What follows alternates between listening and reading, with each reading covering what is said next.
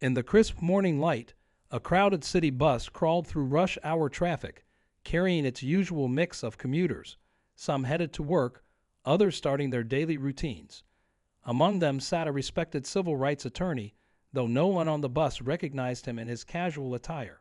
Having spent decades fighting discrimination in courtrooms across the country, he was taking a rare day off to visit his daughter's school for a special presentation.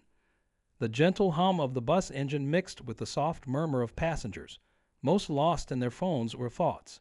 That peaceful morning routine was about to be shattered by an incident that would remind everyone how prejudice can rear its ugly head in the most unexpected moments. A young black professional in a well-tailored suit boarded the bus, briefcase in hand. He could have been driving his own car to the prestigious consulting firm where he worked, but he believed in reducing his carbon footprint. As he scanned for an available seat, an older woman in her 50s shifted her designer handbag, deliberately taking up the empty space beside her. What happened next would become a viral moment that sparked important conversations about everyday discrimination. The woman, wearing an expensive blazer that screamed corporate executive, began making loud comments to the passenger next to her. At first, they were subtle digs, complaints about certain people not knowing their place, but her remarks grew increasingly hostile and explicit. The young professional maintained his dignity, choosing to stand rather than engage with her taunts. Other passengers squirmed uncomfortably in their seats, eyes downcast, caught in that all too familiar bystander's dilemma. The woman, emboldened by the silence, continued her tirade, unaware that one of the nation's most prominent civil rights attorneys was sitting just 2 rows behind her. The tension on the bus was palpable.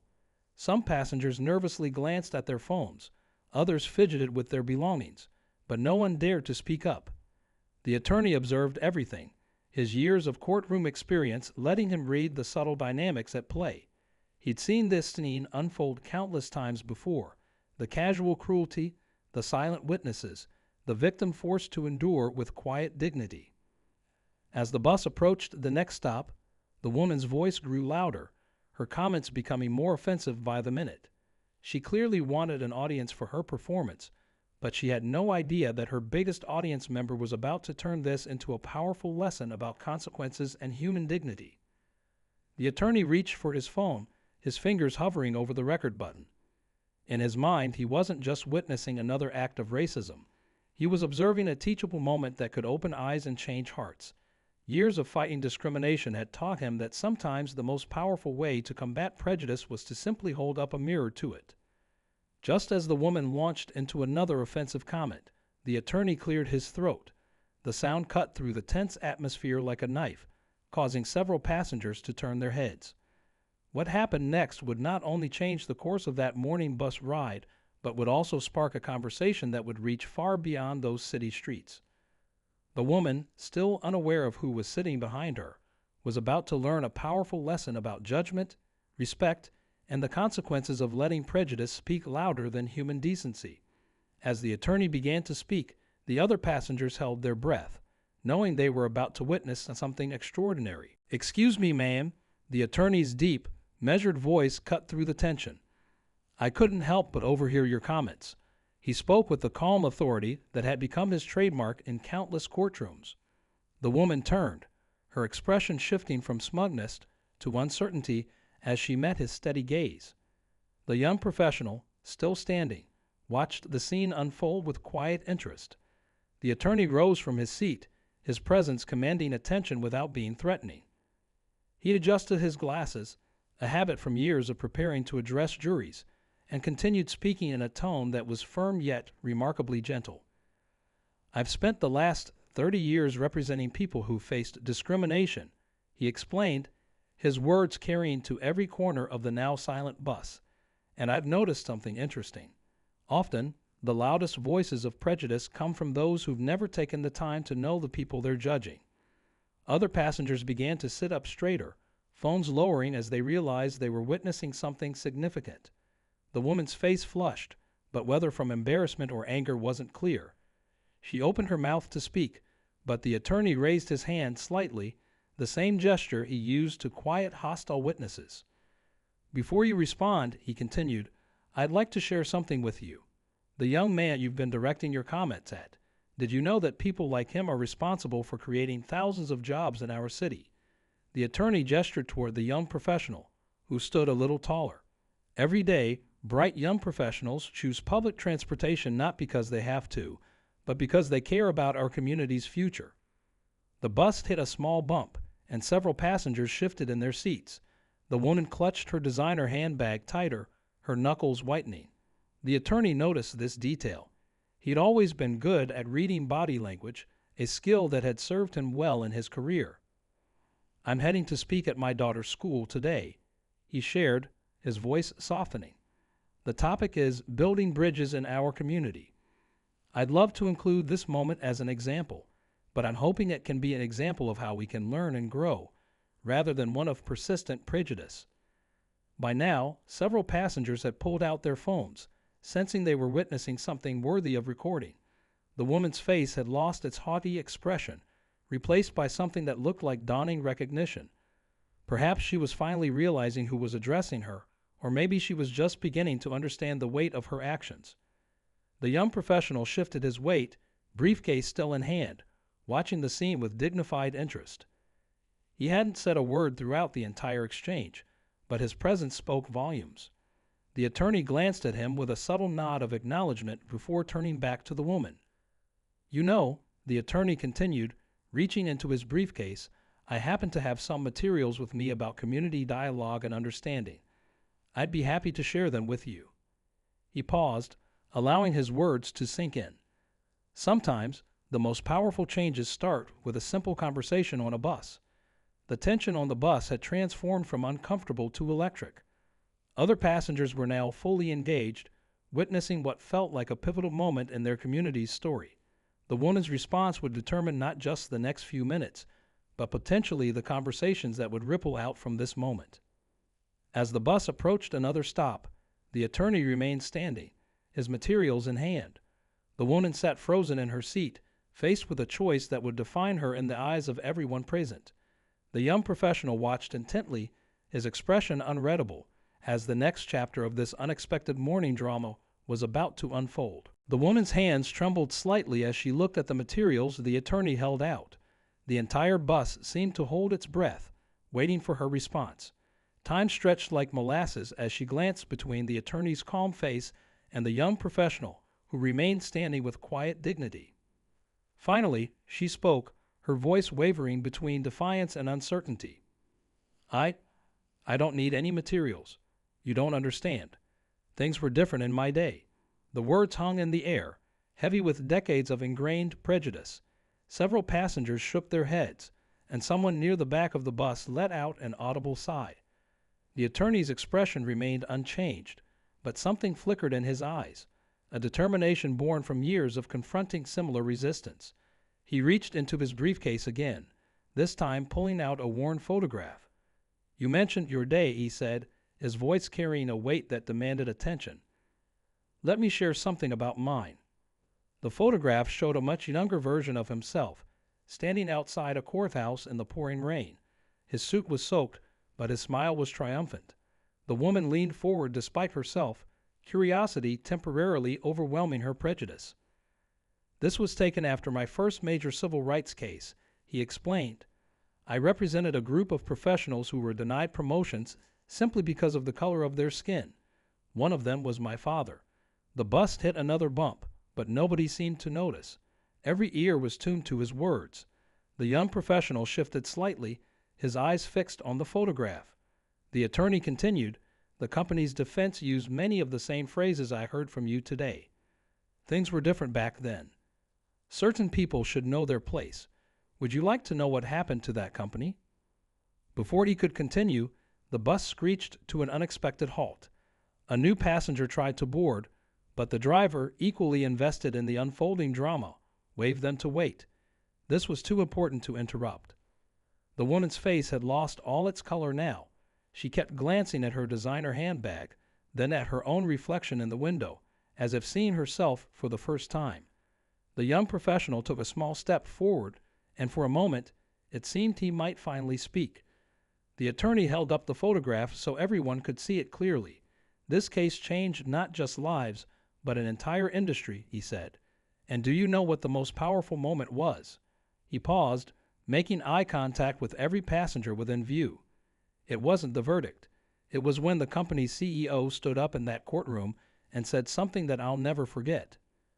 The woman's lips parted slightly, as if she wanted to say something but couldn't find the words. Other passengers leaned forward in their seats, phones still recording, completely captivated by the story's building tension. Just then, the young professional reached into his own briefcase. The simple movement drew every eye on the bus. What he pulled out caused audible gasps from several passengers. The woman's eyes widened in recognition, and for the first time, real fear crept across her face. The attorney looked at what the young professional held, and a small, knowing smile crossed his lips. Everything was about to change, and everyone on that bus knew they were seconds away from witnessing something they would never forget. In the young professional's hand was a familiar business card, one that bore the same corporate logo as the woman's designer briefcase. But it wasn't just any business card. It was the kind reserved for members of the company's executive board. The woman's eyes darted between the card and his face, recognition slowly dawning in her expression. I believe you were scheduled to present your diversity initiative to the board this afternoon. The young professional finally spoke, his voice steady and clear.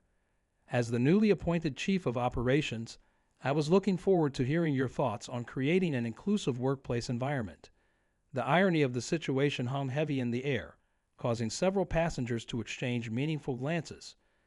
The attorney's knowing smile grew slightly wider. Life has a fascinating way of teaching us lessons, he said, turning to address all the passengers. 30 years ago, in that courtroom, I learned that change doesn't always come from verdicts or policies. Sometimes it comes from moments exactly like this, when we're forced to confront our own prejudices in the most unexpected ways. The woman's hands began to shake more visibly now. Her designer handbag, which she used earlier to block the seat, slipped forgotten to the floor. A young student quickly picked it up and offered it back to her, a simple act of kindness that seemed to strike her harder than any words could. Just then, an elderly passenger who had been quietly observing from the back of the bus stood up. Using her cane for support, she made her way forward, each step deliberate and purposeful. The other passengers watched in curious silence as she approached the group. "I've been riding this bus line for 43 years, she announced, her voice carrying the weight of decades of observation. I've seen this city change, watched barriers fall and bridges build.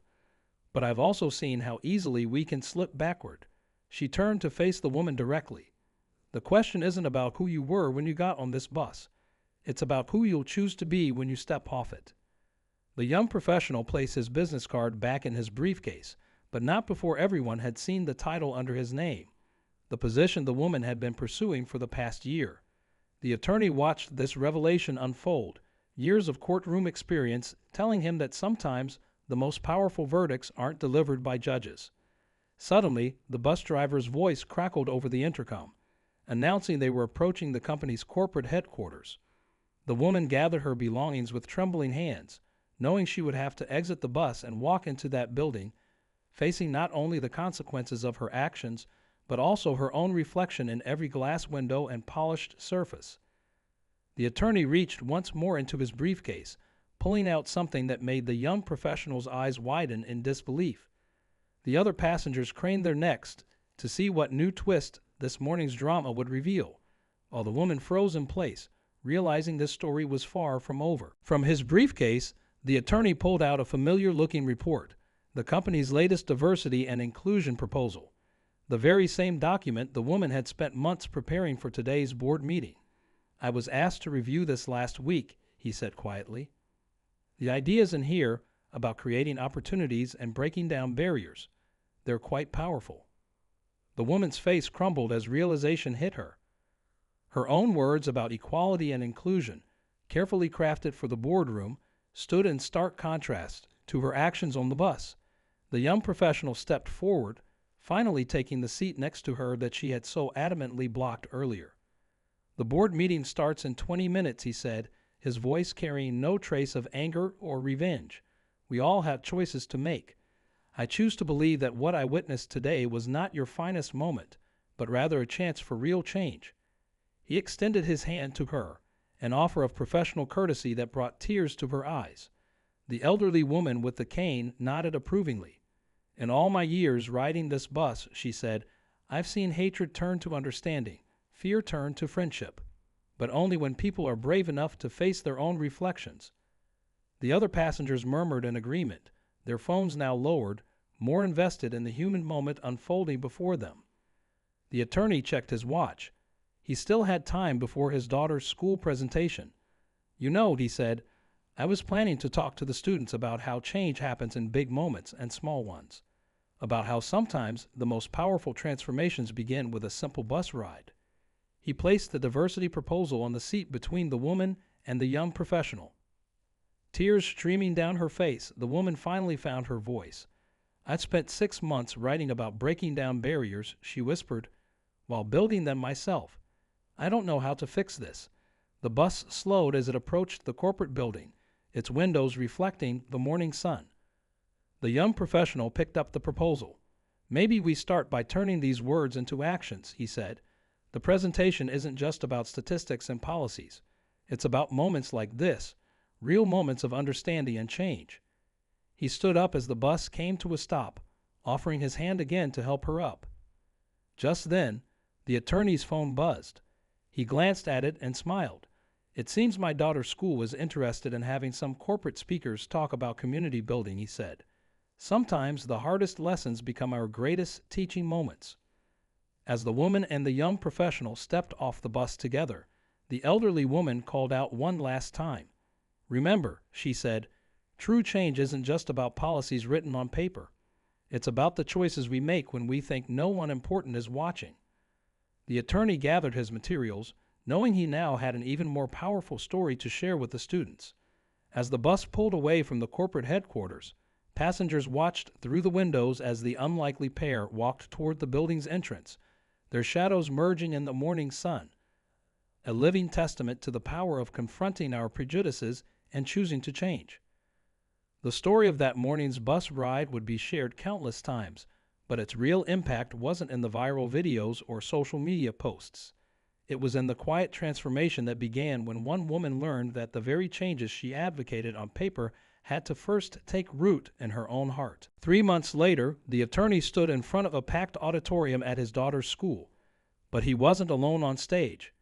To his right stood the young professional, now serving as the company's chief of operations, and to his left stood the woman whose life had changed during that memorable bus ride. Real change, the woman addressed the students, her voice carrying the wisdom of hard-learned lessons, doesn't always come from grand gestures or written policies. Sometimes it comes from moments that force us to confront our own prejudices. She paused, looking out at the sea of young faces.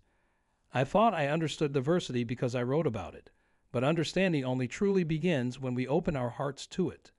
The young professional stepped forward, sharing how that morning had transformed not just one person, but an entire corporate culture. Under his leadership, the company had implemented a revolutionary mentorship program, turning their diversity initiative from a document into living, breathing change. The woman, rather than presenting her original proposal that day, had shared her personal story with the board, leading to a complete overhaul of their community engagement approach. The elderly woman who had spoken up on the bus became a regular guest speaker at the company's training sessions. Her decades of observations and wisdom now helped shape how new employees understood the importance of genuine inclusion and respect. The bus driver, too, had his own role to play. He'd started a commuter community program, turning daily bus rides into opportunities for meaningful connections across all walks of life. As the assembly concluded, a student raised her hand. But how do we know if we're really changing? She asked. How do we measure progress? The attorney smiled, remembering similar questions from juries over the years. The woman stepped forward to answer. Every morning, she said, I still take that same bus to work, but now, instead of seeing differences to judge, I see opportunities to learn. The true measure of change isn't in statistics or reports. It's in the small choices we make every day. The young professional added, success isn't just about reaching the top. It's about turning around and helping others climb with you. He gestured to the woman, who now served as the company's first chief of community relations, turning her moment of shame into a mission of transformation. As the students filed out of the auditorium, the three speakers gathered their belongings. The attorney picked up that same worn photograph he'd shown on the bus, now framed alongside a new image, a picture of the three of them at the company's community outreach launch, their smiles genuine and warm. "You know," the attorney said, "in 30 years of fighting for change in courtrooms, I've learned that the most powerful victories often happen in the most unexpected places." He looked at his two companions, who had become unlikely allies in the fight against prejudice. The woman smiled, tears in her eyes. "Like a morning bus ride that changed everything," she said softly. The young professional nodded in agreement, checking his phone to make sure they wouldn't be late for their next community engagement event. As they walked out of the school together, they passed a city bus pulling up to the curb. The driver, the same one from that transformative morning, tipped his hat to them. In the windows, they could see faces of all kinds, young and old, from every walk of life, each with their own story to tell. The attorney watched the bus pull away, carrying its precious cargo of human possibilities. Sometimes, he reflected, the greatest lessons in life come not from the destinations we seek, but from the journeys we share with others along the way. And in those shared moments, on buses and in boardrooms, in classrooms and communities, real change takes root and grows.